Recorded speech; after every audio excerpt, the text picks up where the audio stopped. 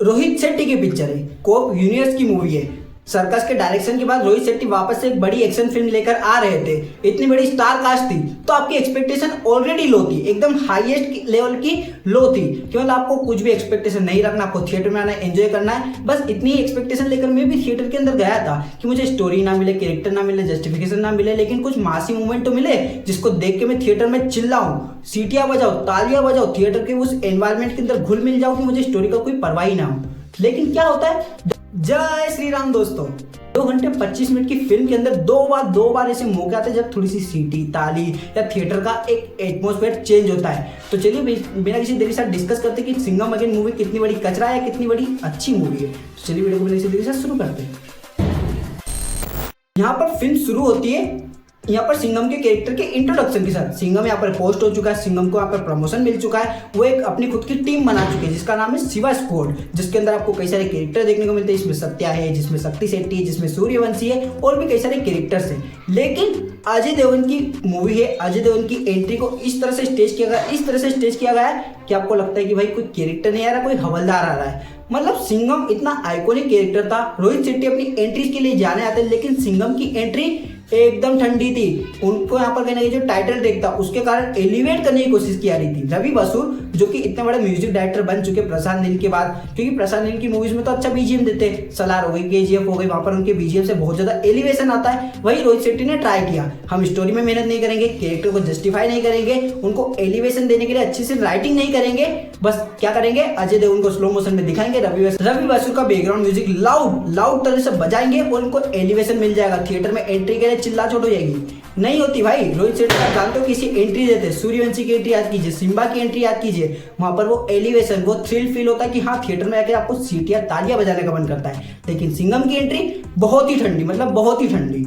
लेकिन यही बात सिर्फ सिंघम तक यहाँ पर सीमित नहीं रहती है। टाइगर श्रॉफ की एंट्री के लो, रणवीर सिंह की एंट्री के लो, दीपिका पादुकोण की एंट्री के लो, ये सारी एंट्रियां भी उतनी ही ठंडी रहती है। किसी भी एंट्री के अंदर वो मास एलिवेशन फील ही नहीं होता है। इवन जब यहाँ पर अर्जुन कपूर लैंड होते हैं स्टोरी के अंदर, तो अर्जुन कपूर की जो एंट्री थी ना वो बेटर दिखाई दे रही थी। उनकी एंट्री के टाइम पे बीजीएम, उनकी एंट्री के टाइम पे प्रेजेंटेशन, उनकी एंट्री के टाइम पे जो सीक्वेंस की एडिटिंग थी और जो स्टेजिंग थी वो थोड़ी ज्यादा बेटर लग रही थी अजय देवगन की प्रेजेंटेशन से। आप समझ जाइए, इतनी बड़ी स्टार कास्ट के अंदर अगर अर्जुन कपूर को बेटर प्रेजेंटेशन मिल रही है तो आप मूवी का स्टैंडर्ड समझ सकते हैं। लेकिन नॉनदलेस अगर हम पूरी मूवी की बात करें तो 2 घंटे 25 मिनट की लेंथ के अंदर सूर्यवंशी का कैरेक्टर जब आता है तो सूर्यवंशी का कैरेक्टर एक अपना चार्म लेके आता है, अपनी कैरेक्टर की एनर्जी लेके आता है, जो कि थिएटर से बाहर ट्रांसफर भी हो रही थी और थिएटर में लोग एंजॉय कर रहे थे, क्योंकि सूर्यवंशी की एंट्री को स्टेज किया गया था, अच्छे से प्रेजेंट किया गया था। तो जिस तरह से ट्रेलर में सूर्यवंशी की एंट्री ने पूरे ट्रेलर को ओवरशैडो किया था, वही पूरी मूवी में भी होता है कि अजय देवगन की एंट्री आपको एलिवेशन कहीं पर भी नहीं देती, लेकिन हाँ सूर्यवंशी की जरूर देती है।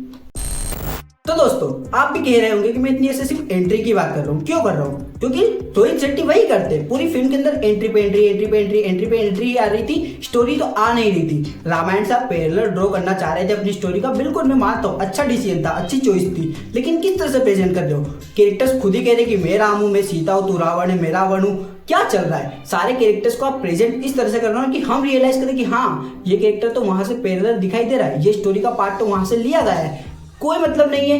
कई सारे इलॉजिकल सीन्स आते हैं, हम लॉजिक को यहाँ पर अगर साइड भी रखते हैं ना तो भी फिल्म के अंदर वो एंटरटेनमेंट वैल्यू नहीं मिलती है। मैं आपको झूठ नहीं बोलूंगा, पूरे थिएटर के अंदर इंटरवल से पहले कहीं पर भी एक बार भी हुटिंग या चीयरिंग नहीं हुई। टाइगर श्रॉफ की जब ये एक्शन सीक्वेंस चल रहा था, ये वाला ये स्पेसिफिक जो मार्शल आर्ट के फॉर्म को जिस तरह से प्रेजेंट किया गया था यहाँ पर ये वाले एक्शन सीक्वेंस में, वहां पर थोड़ी सी हुटिंग चीयरिंग सिर्फ मैंने की थी, क्योंकि वो सीन मुझे एलिवेटेड लगा था। वहां पर टाइगर श्रॉफ की एंट्री को स्टेज किया गया था, अच्छे से प्रेजेंट किया गया था, लेकिन इंटरवल से पहले कोई भी ऐसा मूवमेंट नहीं था जहां पर हम सिंघम के कैरेक्टर को, सिंघम के उस आइकॉनिक कैरेक्टर को सेलिब्रेट कर पाए, इवन मूवी को भी सेलिब्रेट कर पाए। कोई स्टोरी नहीं चल रही होती, स्टोरी के अंदर कुछ भी चल रहा होता है, यहाँ पर बूमर हो, यहाँ पर जेंजी वाले जोक चल रहे होते, कुछ भी चल रहा होता है, मतलब कोई वैल्यू ही नहीं लगती।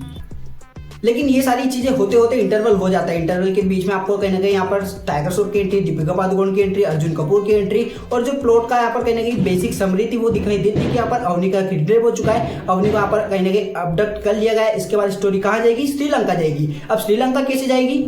हमें कैरेक्टर एक एक करके जाएंगे, एक एक करके आएंगे, एंट्री मारेंगे, वहां पर एक्शन करेंगे, सब कुछ होगा। यहाँ पर विलन को मारा जाएगा, विलन को यहाँ पर कहीं मारकर हीरोइन को छुड़ाया जाएगा। ये सारी स्टोरी का पार्ट होता है जो सेकंड पार्ट में फॉर्म होता है, लेकिन उसके बावजूद भी पूरे इंटरवल से लेकर स्टोरी एंड तक कहीं पर भी आगे नहीं बढ़ती। वहां पर सिम्बा का कैरेक्टर आता है, एक बार सिंघम का कैरेक्टर आता है, ये दोनों एक दूसरे से मिल भी लेते, थोड़ी सी बातचीत करते हैं और भाई आप मानोगे नहीं, दुश्मन के अड्डे पे दुश्मन ना ही इनको बांध रहा है, ना ही मार रहा है, ना ही गोली चला रहा है, वो बस इनको बिठा के रख रहा है।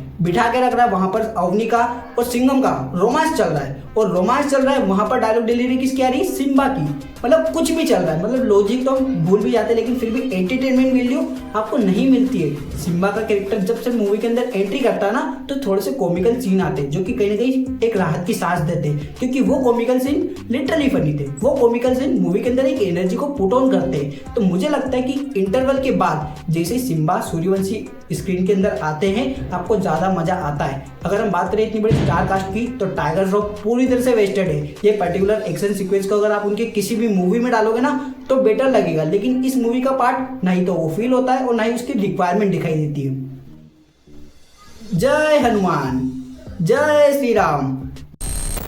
दोस्तों मुझे ऑलरेडी पता था कि सिंघम अगेन एक बुरी मूवी होगी, इससे क्या उम्मीदें लगाना है, किस तरह के एक्शन की, किस तरह की प्रेजेंटेशन की उम्मीद लगाना है, लेकिन बस मेरी एक्सपेक्टेशन इतनी थी कि मैं इसको थिएटर में एंजॉय कर पाऊँ, जो भी नहीं हुआ। लेकिन सिंघम अगेन अगर आपने देखी तो मुझे कमेंट में जरूर बताइए कि आपको वीडियो कैसी लगी, और कमेंट में आप ये भी बताइए कि सिंघम अगेन से आपकी जो एक्सपेक्टेशन थी क्या ये फिल्म उसको मैच कर पाती है, या आपको लगता है कि एक आइकॉनिक कैरेक्टर को रियून कर दिया गया है और रामायण का तो अपमान किया ही गया है। मैं बार बार जय श्री राम वीडियो के अंदर इसलिए कर रहा था क्योंकि मूवी भी यही करती है। मूवी आपको इमोशनल ब्लैकमेल करने की कोशिश करती है, जय श्री राम के नारे लगाकर, जय बजरंगबली के नारे लगाकर, जय महाराष्ट्र के नारे लगाकर, जो कि गलत बात नहीं होती अगर वो स्टोरी का पार्ट होते, लेकिन वो ऐसा फील होता है कि वो आपको इमोशनल ब्लैकमेल करने के लिए किया गया है, जो कि पूरी मूवी से बिल्कुल भी डिसजॉइंटेड लगता है। इसीलिए मुझे अच्छा नहीं लगा कि ये फिल्म को इस तरह से क्यों बनाया गया है। रोहित शेट्टी पूरी तरह से अपना चार्म खो चुके, सिंघम के कैरेक्टर को बर्बाद कर चुके, तो मेरी अब से उनसे कोई उम्मीद नहीं है और कोप यूनिवर्स यहाँ पर खत्म होता है। इसके बाद मुझे लगता है कि इस यूनिवर्स की कोई और मूवी आएगी, और अगर आएगी तो उसके लिए आप कितना एक्साइटेड है मुझे कमेंट में जरूर बताइएगा। चलिए किसी और वीडियो में, तब तक के लिए बाय।